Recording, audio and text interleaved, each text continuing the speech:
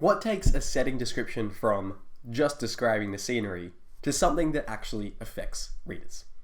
Hi, I'm Jed, author of Fires of the Dead, and this is Daily Writing Advice. So in today's episode, we're going to talk about how you can elevate your setting descriptions above the mundane, above the necessity, to something that actually becomes an interesting feature of your story.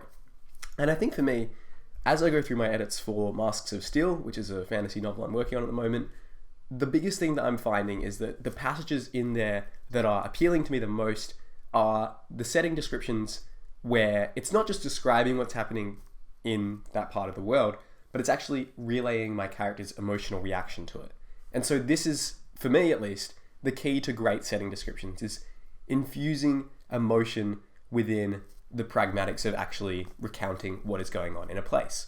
So let's say that you have a character who walks into a room and sees a glass of water on the desk. Now, that's just a setting description. Maybe the glass of water is going to come in handy later, who knows? But what would elevate that description is if the character has an emotional reaction to that. So if they come in and they see the glass of water on the desk, and perhaps they are from a desert culture and they think, oh my gosh, like who would leave a glass of water out on the desk? That's ridiculous. That's so precious. Like someone's going to steal that. Where if it's someone who just comes from a place where there is plenty of water, they're probably not going to have that emotional reaction. And so therefore what you're getting is differentiation of a character through how they describe things. And you can try this activity with your friends. You can ask them as you go for a walk or you have coffee or whatever to describe the place that they're in.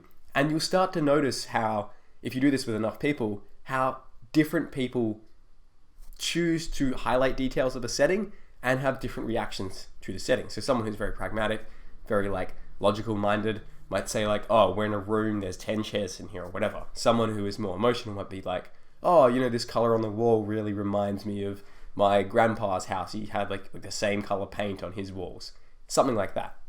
So when it comes to elevating your setting descriptions beyond just the mundane, think about the emotion. Think about not only what is happening, not only what is there, but what is also inside your characters and what their emotions are in reaction to your setting.